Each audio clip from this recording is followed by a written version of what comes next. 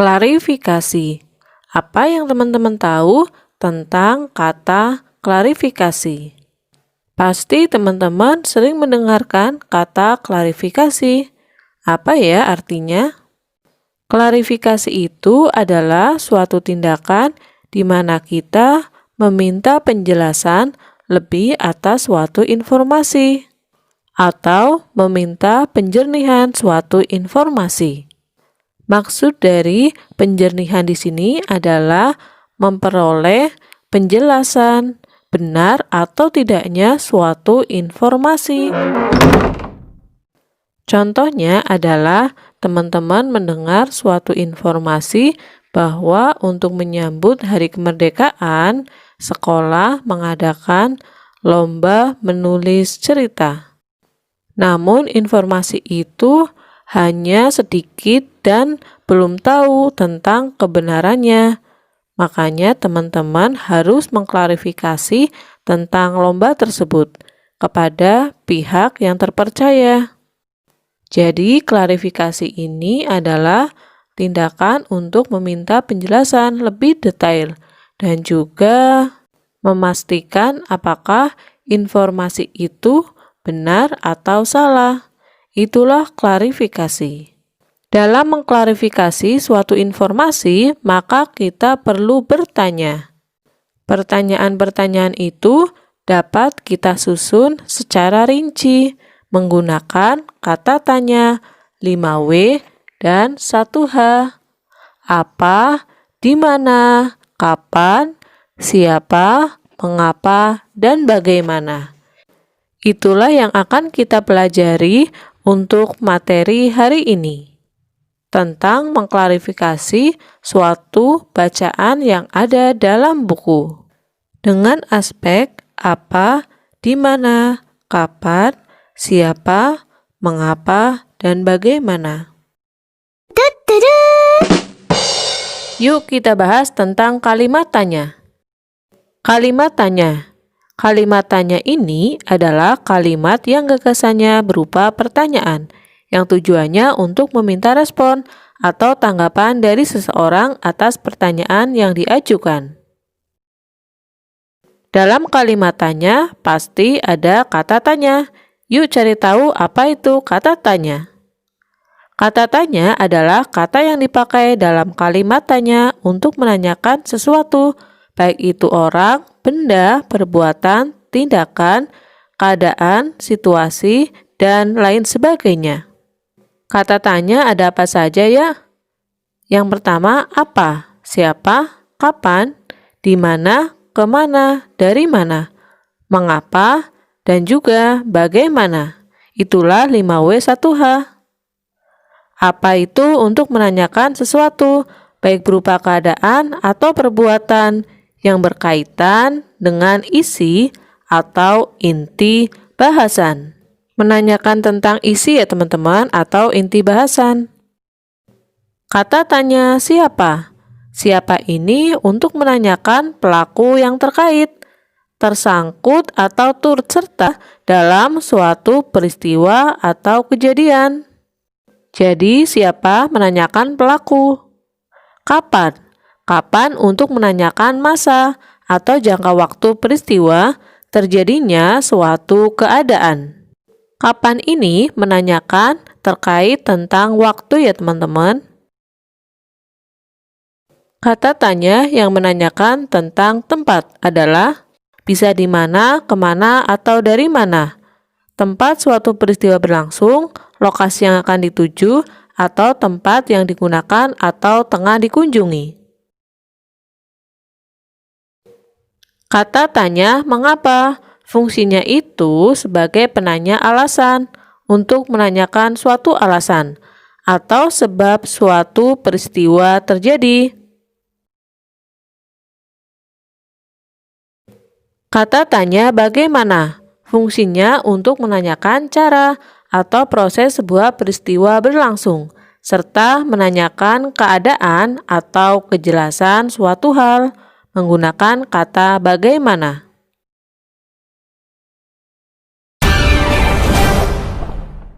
Dayu dan ikan hias. Dayu memelihara banyak ikan hias berjenis ikan mas koki. Ikan-ikan hias itu dipelihara dalam sebuah akuarium. Setiap hari, Dayu memberi makan ikan-ikannya. Dayu juga rutin membersihkan akuarium, lalu mengganti airnya dengan air bersih. Kegiatan itu ia lakukan seminggu sekali. Dayu senang melihat ikan-ikan di dalam akuarium berenang ke sana kemari. Dayu memperhatikan saat mulut ikan-ikan itu terbuka dan menutup, seolah-olah ikan-ikan itu selalu menelan air. Dayu bertanya-tanya, apa yang dilakukan ikan-ikan itu? Itulah bacaan yang berjudul Dayu dan Ikan Hias. Yuk kita belajar untuk mengklarifikasi informasi yang ada pada bacaan. Tadi di awal untuk mengklarifikasi suatu informasi, maka kita harus bertanya. Dan pertanyaan itu meliputi kata tanya, apa, di mana, kapan, siapa, mengapa, dan bagaimana. Yuk kita lakukan untuk klarifikasi bacaan ini.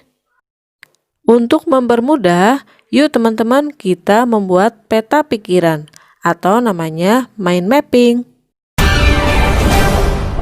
Pertama-tama, tulis judulnya terlebih dahulu di bagian tengah. Selanjutnya, kita menarik garis untuk menanyakan apa. Kita tarik lagi garis dari judul untuk menanyakan di mana. Tarik garis lagi untuk menanyakan kapan. Tarik garis lagi untuk menanyakan siapa, mengapa, dan bagaimana. Mudah bukan? Ayo teman-teman kita lakukan bersama.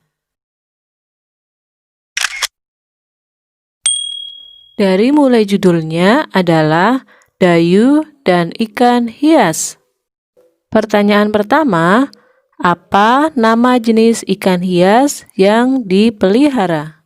Kedua, siapa yang memelihara ikan hias?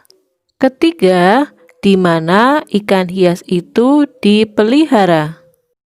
Keempat, kapan akuarium dibersihkan? Teman-teman juga masih bisa bertanya dengan kata tanya, mengapa, dan bagaimana.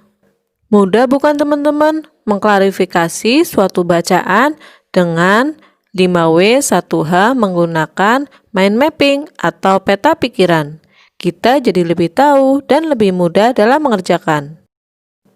Ini dia mind mapping atau peta pikiran yang teman-teman bisa buat di buku latihan teman-teman. Jangan lupa ketika membuat kalimat tanya diperhatikan juga tentang penggunaan huruf kapital dan juga tanda bacanya. Huruf awal kalimat tanya menggunakan huruf kapital dan pada akhir kalimat tanya menggunakan tanda tanya. Diingat juga ketika menulis nama orang atau tempat atau juga bulan, maka awal kata menggunakan huruf kapital.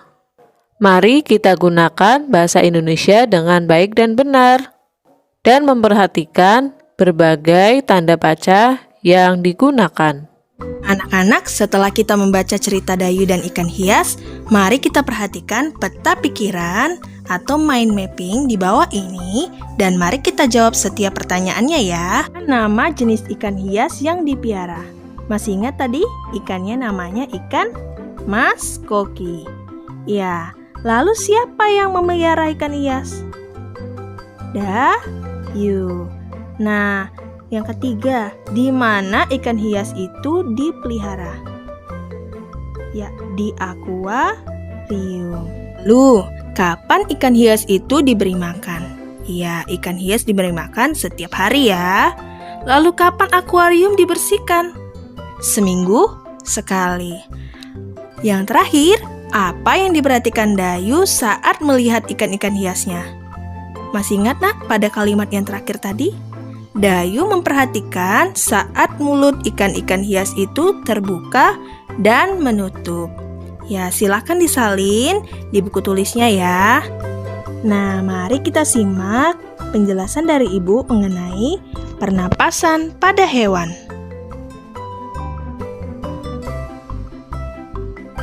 Alat pernapasan pada cacing tanah. Cacing bernapas melalui permukaan kulit. Kulit cacing selalu basah dan berlendir untuk memudahkan penyerapan oksigen dari udara. Oleh karena itu, Nak, cacing ini suka banget loh sama tempat-tempat yang lembab dan dingin untuk menjaga supaya kulit tubuhnya tetap basah dan berlendir. Nah, di bawah permukaan kulit cacing yang tipis terdapat pembuluh udara. Kamu bisa lihat ya pada gambar yang ada di atas. Anak-anak, saat udara masuk melalui kulit cacing, oksigen ini diikat oleh darah. Nah, pada darah cacing mengandung hemoglobin, sehingga mampu mengikat oksigen. Oksigen yang sudah diikat itu lalu diedarkan ke seluruh tubuh. Nah, zat sisa pembakaran yaitu berupa karbon dioksida dan uap air yang dikeluarkan dari tubuh juga melalui permukaan kulit. Baiklah anak-anak, selanjutnya kita lanjutkan dengan alat dan sistem pernapasan pada serangga. Serangga atau nama lainnya insekta. Nah, anak-anak, serangga ini bernapas dengan menghisap oksigen dan melepaskan karbon dioksida. Alat pernapasan pada serangga ini berbeda ya dengan yang lain. Alat pernapasan serangga yaitu trakea. Apa itu trakea?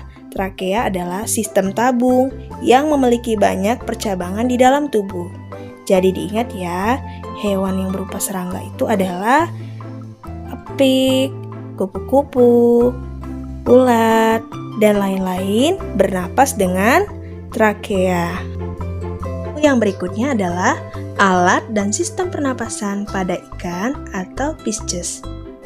Ikan bernapas dengan organ khusus mirip saringan yang biasa kita kenal dengan nama insang.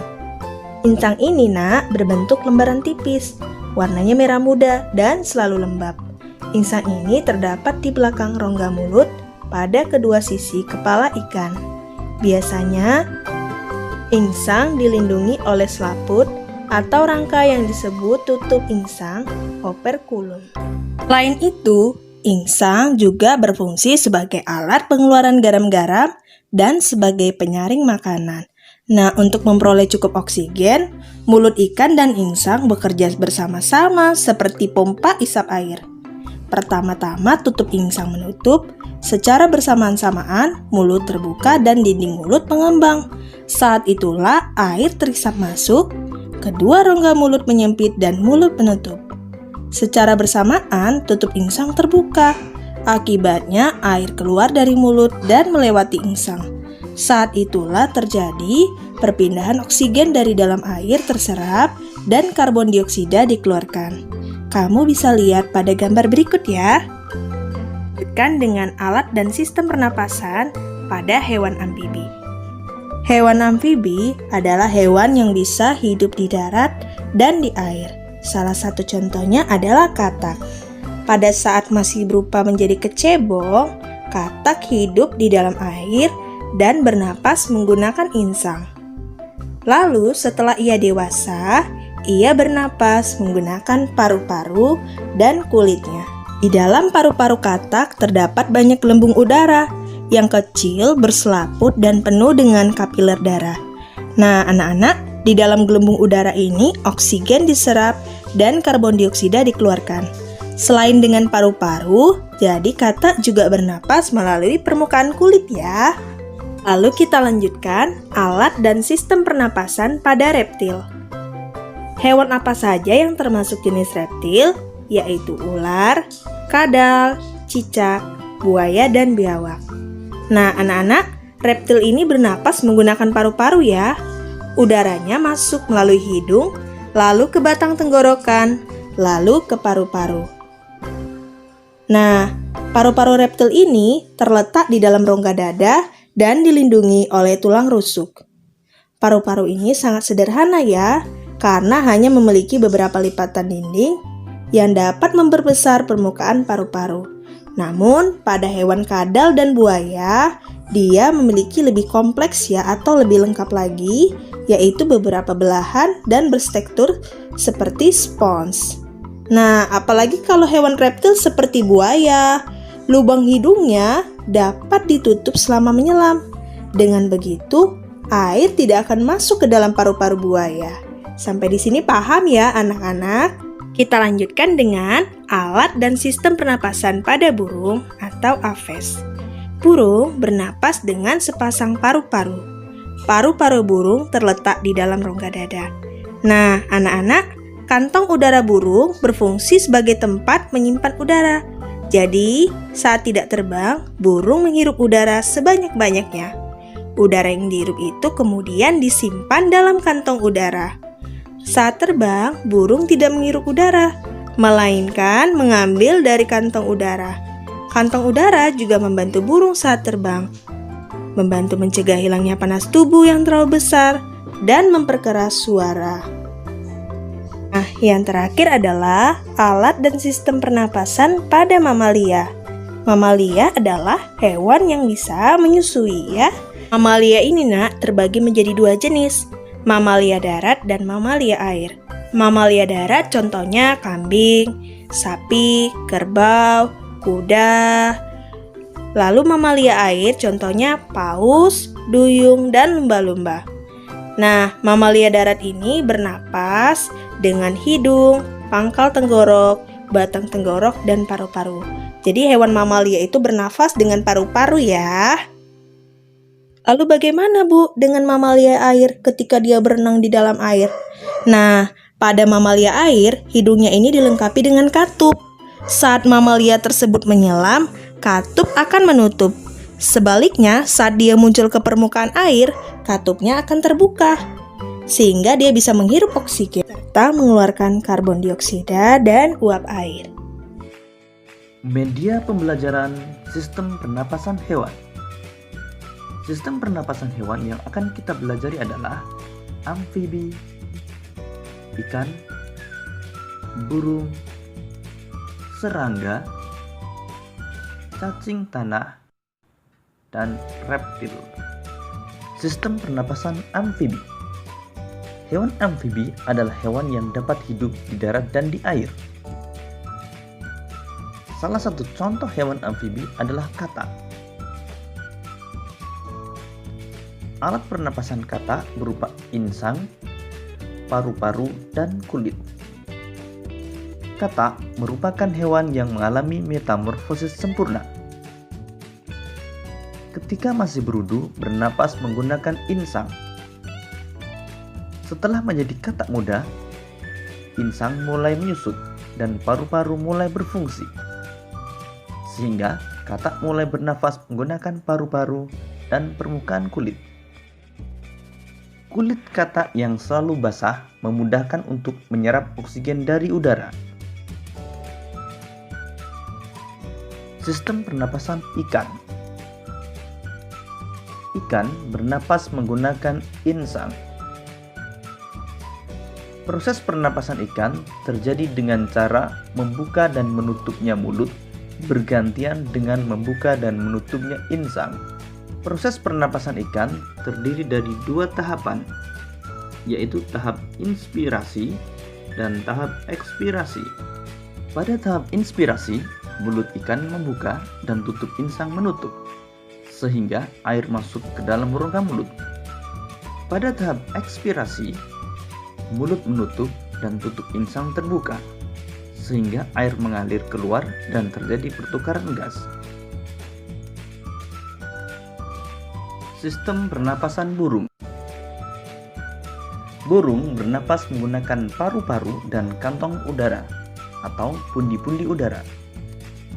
Pada saat tidak terbang, burung hanya bernapas menggunakan paru-paru. Saat tidak terbang, burung juga menghirup udara sebanyak-banyaknya untuk disimpan di kantong udara. Saat terbang, burung tidak menghirup udara, melainkan menggunakan udara yang ada di kantong udara. Jadi, saat terbang, kantong udara akan mengalirkan udara ke paru-paru. Berikut ini gambar organ pernapasan pada burung.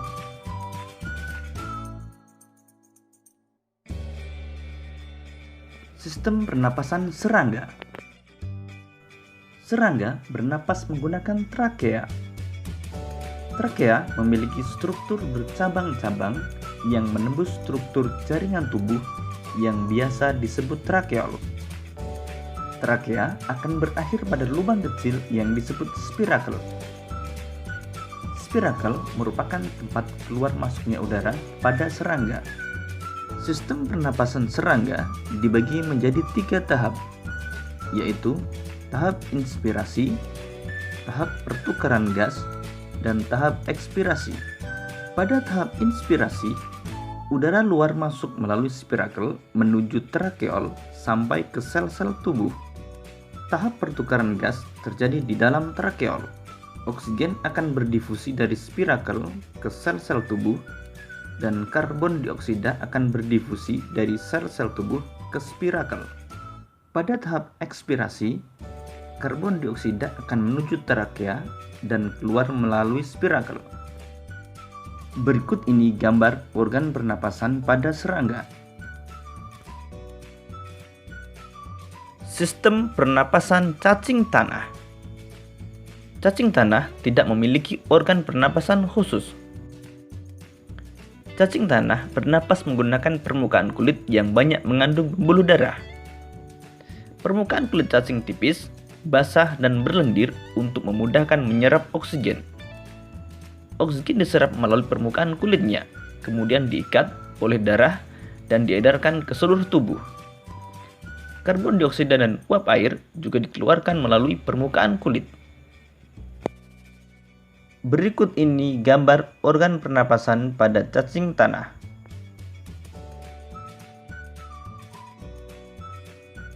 Sistem pernapasan reptil. Hewan reptil seperti ular, kadal, cicak, dan buaya bernapas menggunakan paru-paru. Pada reptilia, umumnya udara luar masuk melalui lubang hidung, lalu menuju trakea, menuju bronkus, dan akhirnya ke paru-paru. Paru-paru reptilia berukuran relatif besar dan berjumlah sepasang. Berikut ini gambar organ pernapasan pada reptilia.